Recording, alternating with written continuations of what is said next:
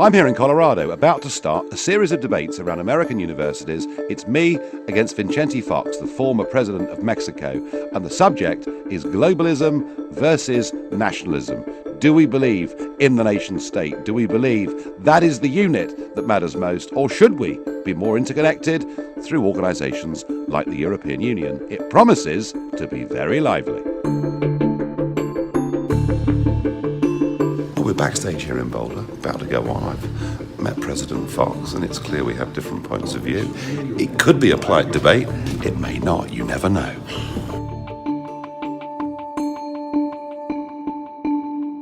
And now for the reason you're all here this evening. President Trump's recent move to impose tariffs on steel and aluminum imports is just his latest policy decision that has disrupted the traditional political order. Support for the decision has split conservatives between those who favor free trade and those who want to protect manufacturing jobs. But it's also attracted some liberals who are increasingly skeptical of the merits of trade. But the tariff debate is just a microcosm of a broader dispute that's currently dominating public policy, and that's the dispute over nationalism versus globalism. We have invited to see you here tonight two of its best representatives, Nigel Farage and Vicente Fox, to debate this issue for our initial Campus Liberty Tour. Nigel Farage is co-founder and long-serving leader of the UK Independence Party, serving from 2001 to 2016.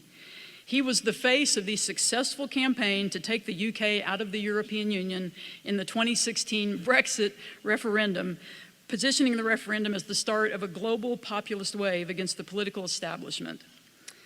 Farage has been a member of the European Parliament for Southeast England since 1999 and co-chairs the Europe of Freedom and Direct Democracy group. He has been noted for his sometimes controversial speeches in the European Parliament and his strong criticism of the euro currency.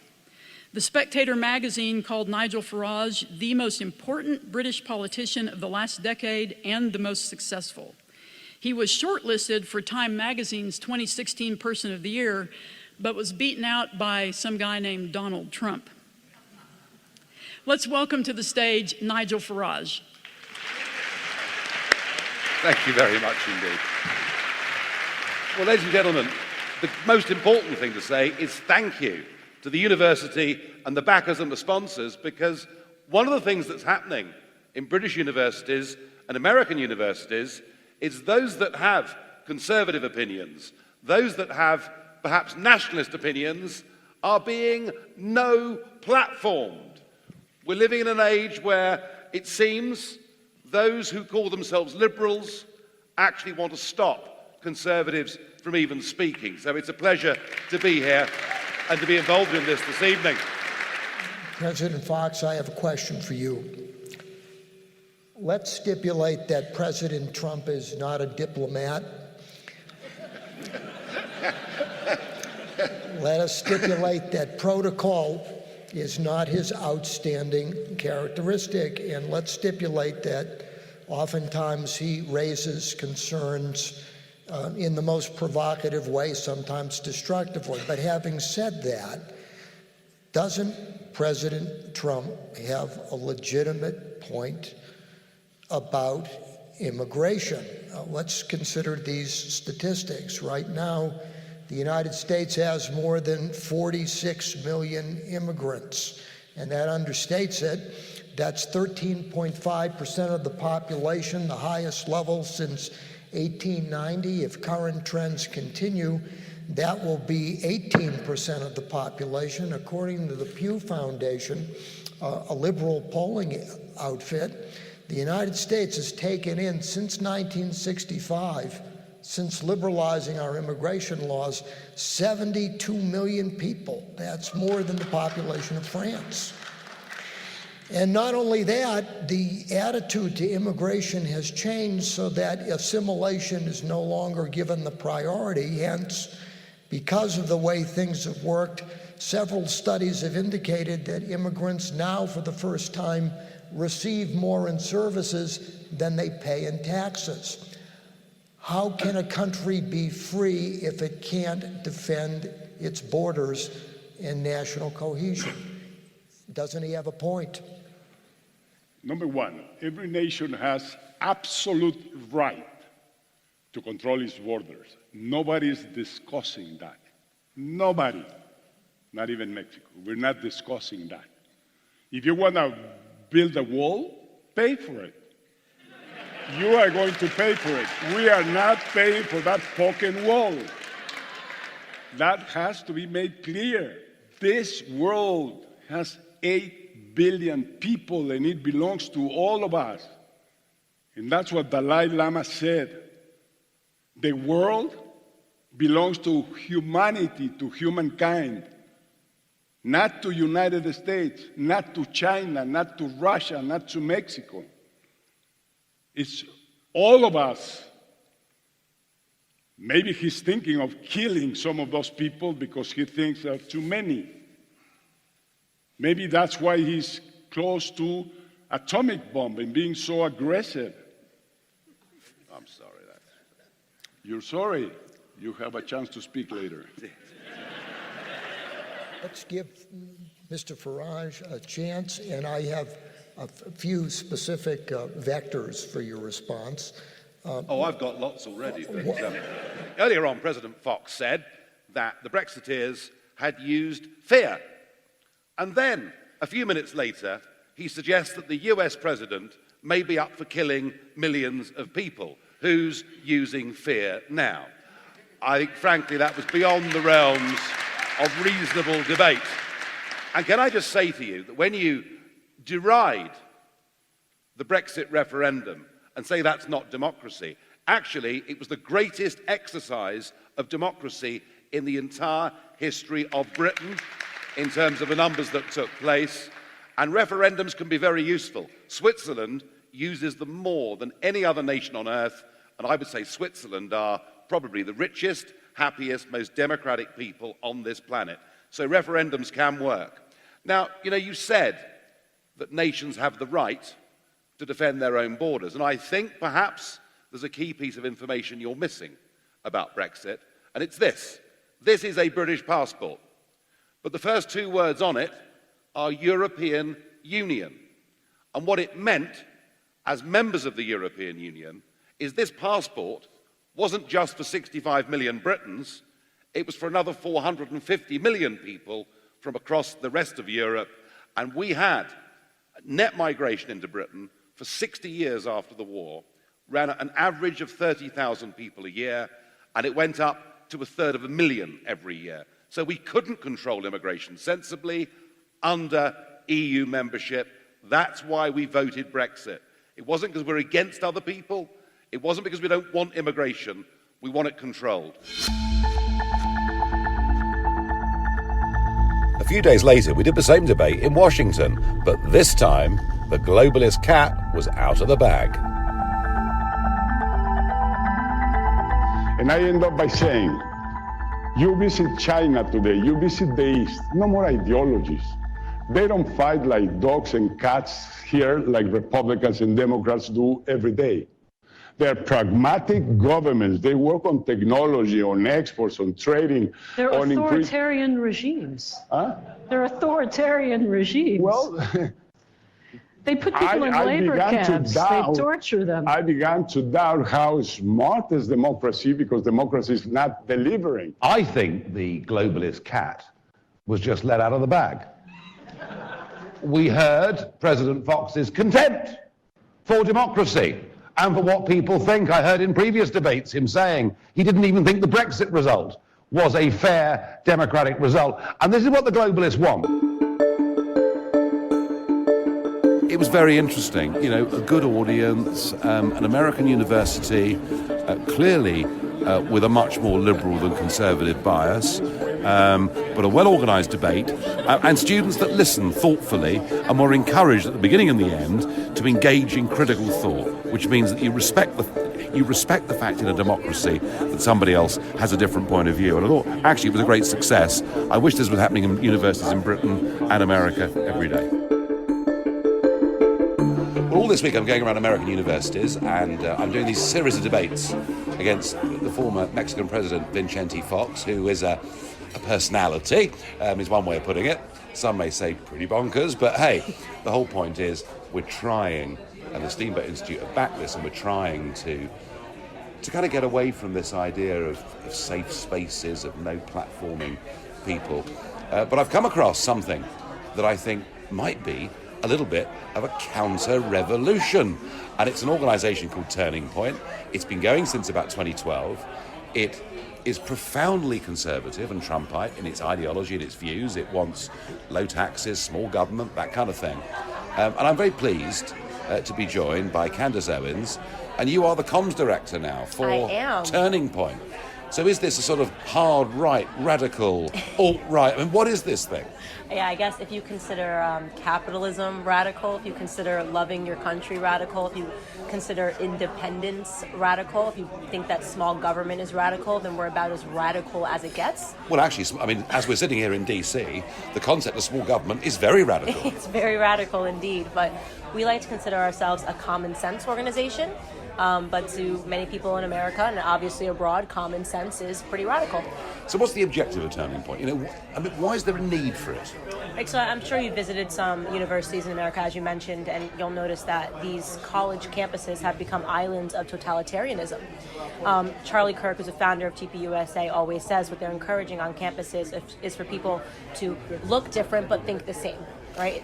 Yes, I heard that. Right. Yeah. That's exactly what's going on. So you have teachers that are encouraging students only to think in terms of liberalism. Students that don't even grasp the concept of socialism are wearing socialism T-shirts, not understanding that over the last 100 years, those concepts have killed 100 million people worldwide, right? So what we're trying to do is introduce different ideas.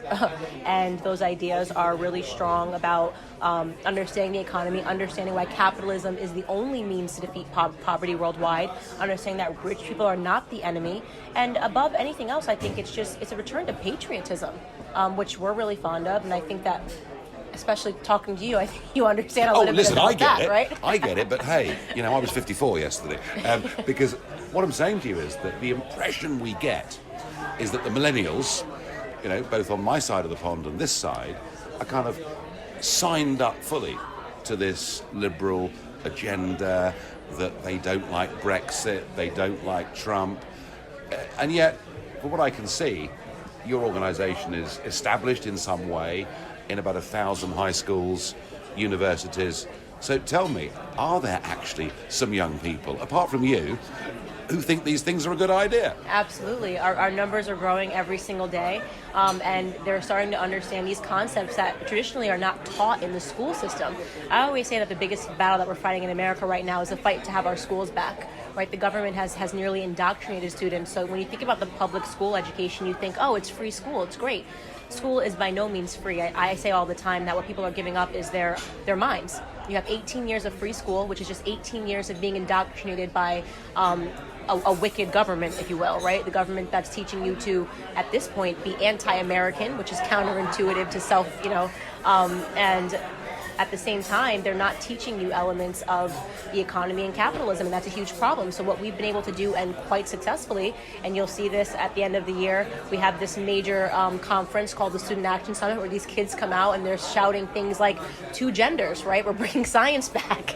They're shouting things like socialism sucks, and we're making it cool again. Is joining Turning Point like coming out? Are these sort of private thoughts people have had and been too afraid? Because I've seen a lot of evidence, a lot of testimony that, you know, young people in class, they might be studying economics or history or politics, you know, who state an opinion in a classroom and are kind of shouted down, almost hounded for having that view.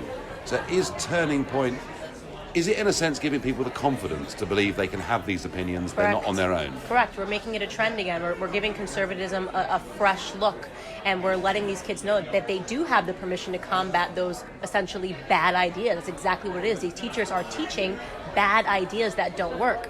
So we're arming them with the tools, the facts, the resources, and the friends to look around and say, I'm not the only one who thinks this way. There are tons of other students that think the exact same way as I do, and I'm not going to back down from this fight. Yeah, I mean, actually, do you know what? Supporting UKIP was like that. And people say sort of behind the back of their hands, actually, Nigel, I support you. But it's almost like admitting that you've got some sort of terrible secret. So giving people a platform to do that is good. But, you know, you can sit there and talk to me about patriotism and all these things, and I've been through this process. I've built a small organisation into a big organisation. The problem with all of these things, with all conservative movements, is how do you stop, genuinely dangerous people with very bad and very extreme ideas from getting into your organisation and tarnishing your name? I don't think what we try to do is you can't stop that, right? We're going to have that. We fight that every single day. We're fighting the media in the same way that you see Trump is fighting the media. So they've got the money, they've had the resources, and for a long time they've had the power in this country, right? So what we try to do is not to necessarily try to stop them, but just to combat them. The best way to counter a bad idea is with a good one, right? So that's what we're doing every single day. But if I'm a student and I say, okay, I'm going to join Turning Point, it's a pretty easy thing to do. But I might, 3 months down the road, suddenly start blogging saying the Holocaust didn't happen, or some really horrible out there stuff. How do you deal as an organisation with young people that join and suddenly try and take it in a different direction? Okay, so we haven't really crossed that problem yet. Okay. Yeah, we haven't had any students that have gone out there and said the Holocaust didn't happen. I guess it's one of those things that, and I'm assuming Charlie has thought about this a lot of times, it's a bridge we're going to have to cross when we get there. But what we're seeing right now is this is not an evil organization. These aren't evil ideas. They're just people that are patriotic and that want to fight for this country, because right now we truly feel that this is the most exciting time to be alive in America, and that if Donald Trump hadn't won the election, we would have lost this country. And I'm sure you had a similar sentiment and a feeling when you were out there arguing for Brexit. Oh, absolutely. I mean, look, I very much take the view that in 100 years' time, when we look back at this period of history, 2016 is the standout year. It's the pivot. Yeah. It's actually the year in which the nation state made a comeback. Right. It's the year when we got back against the globalists, the corporatists, and started to say, look, the small man and woman deserves a fairer chance in society. So, no, I'm completely, I'm on this ticket, and I get it entirely. So you've got a big conference coming up, you said, later in the year. We've got a lot of conferences. So we do the Young Woman Leadership Summit, and we do the Student Action Summit. We're doing for the first time ever the Young Black Leadership Summit, which is super important. And the question we always get with that is, you're using identity politics, and you say woman, black, student, but the only way to defeat identity politics is to use it against itself. Right? It really because is the again, only you way. see, the impression is that young conservatives, those that exist, are all young white males. Right. But you're kind of trying to break that mold. Right, exactly. So we're super excited about all of that. But the big one at the end of the year is a Student Action Summit that we do every year. Last year, there were 3,500 kids. This year, we're expecting double. And I'm telling you, it is like a rock concert. Like, it is the most amazing thing. It's like when Ben Shapiro hits the stage, it's like Elvis Presley came back from the dead. And it's amazing. These are just ideas. Dennis Prager, right, who's in his 70s. These kids are like fawning over him and screaming with signs. And I say to everyone, if you are at the end of the rope and you've lost faith or you've lost hope in the direction that millennials are going into, that's the place you need to be at once a year to understand the direction that this country is actually going into. And have you got some support yet from elected congressmen, senators, that kind of thing? Oh, yes. For sure. We have people that speak at our conferences. Charlie is obviously very in the weeds on politics, does a lot of work with the First Family in general. That's not what he does he does that in his personal life, not with the organization, because we can't, as a 501c3 organization, take too strong of a political stance. But we've been in just growing every single year. I mean, we've had more and more outward support, and we've been fortunate enough that the President of the United States has tweeted us. That the President of the United States has tweeted us multiple times and just said thank you for the work that you're doing and the fight that we've taken upon ourselves for this country, the youth of America. That's if you're invested in the future, you need to be invested in the youth. Now, I can see that you're taking the fight back to some of these hard left professors with your professor watch list. Now, I'm just wondering, is this modern day McCarthyism in America? People don't like this professor watch list. I bet. They do not like they this hate professor it. watch list, right? Because for so long, the professors haven't been watched, right? So they've just been saying whatever they want to these students, and there have been no repercussions. Listen, it's a public school system. Parents should have a right to know what the teachers are saying to their students. They're essentially trying to parent these students. When you really think about this and break this down, students spend more time with their teachers than they do with their parents. Get up in the morning, parents go to work, they're in school for 6-7 hours, maybe they have some after-school programs, and then they come home, right? That's a major problem. That means, what is your teacher saying to your student?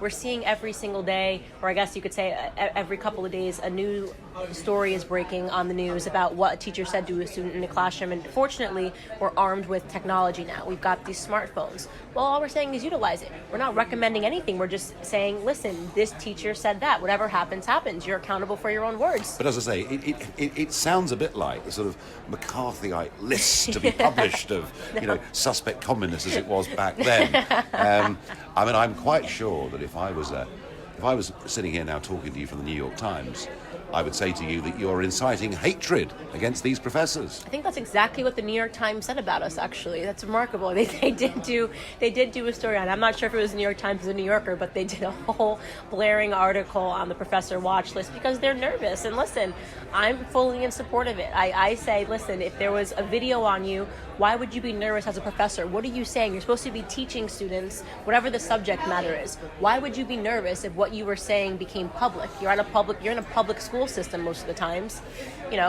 Stand by what you say. Either you're teaching students or you're indoctrinating them. If you're indoctrinating them and you're threatening them and using intimidation tactics, which is what we're seeing more and more, then you're going to have a problem with this watch list. Yeah, I can see that it's perhaps the most controversial thing that you do. 100%. Although we've got a similar thing back in the UK. We've got a series of what are called Monet professors, where chairs in universities are paid. Years ago, how is that plausible? No one would be insane enough to suggest that America is a more racist country today than it was 60, 70 years ago. Perhaps they would. Democrats would. Yeah, I mean, they would, and they would say that Donald Trump, in fact, brought it all back. had kind of turned the clock back, and that America was more divided today than it's ever been. I mean, that's the criticism, isn't it? Yeah, but Donald Trump just got into office. You're going to have to explain to me why over the last 60 years the single motherhood rate in the black community has jumped by 73%. You're going to have to explain that to me. And the reason is simple, because the government is over-involved in our lives. When you talk about the welfare program. So my job, my mission is to grow that arm of Turning Point. Hyper-focused in the black community, understanding, which is what I explained to Charlie, that black people aren't necessarily at those universities. Black people tend to drop out of school. We have deplorable rates in terms of graduation. So is Turning Point not just for university students? Is it for the broader population? We're in high schools. We're in high schools right, as well. Yeah, and that's the next logical step. So it is to go broader, and that's what I'm trying to help them do, to understand that there's so much you can be doing in the projects in the black community where they're just not given any different ideas. So they spend their entire lives enslaved to the public school system, and then it's like, go back to the projects in which you came from. If I say all the time, if you point to me to a black person, I can show you that they're conservative, they just don't know it. Right? So we're trying to make them know it, to help them understand where their lives are, what's happened, what went wrong, and that the solution to that is less government involvement and a return to self-confidence in our communities.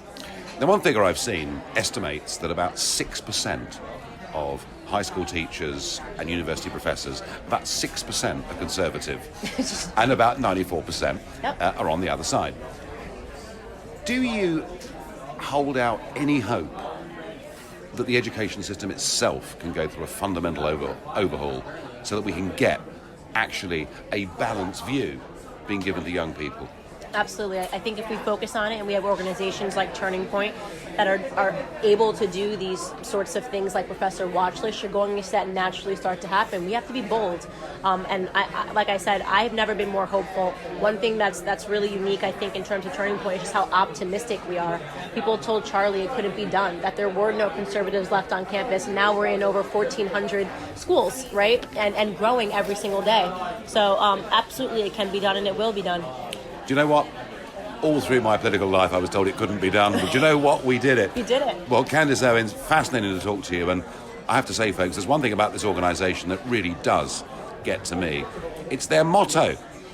It's late to bed, early to rise, work like hell, and organise. That's pretty much how I've lived my life since the age of 18. And I'm going to watch with huge interest to see what Turning Point does. I suspect that when Candace Owens says that there are a lot more people out there from all communities that think and feel this way, but have simply been scared to express those opinions, I reckon she could just be onto something. Thank you. Thank you. Thanks for listening to Farage Against the Machine. Another episode coming soon.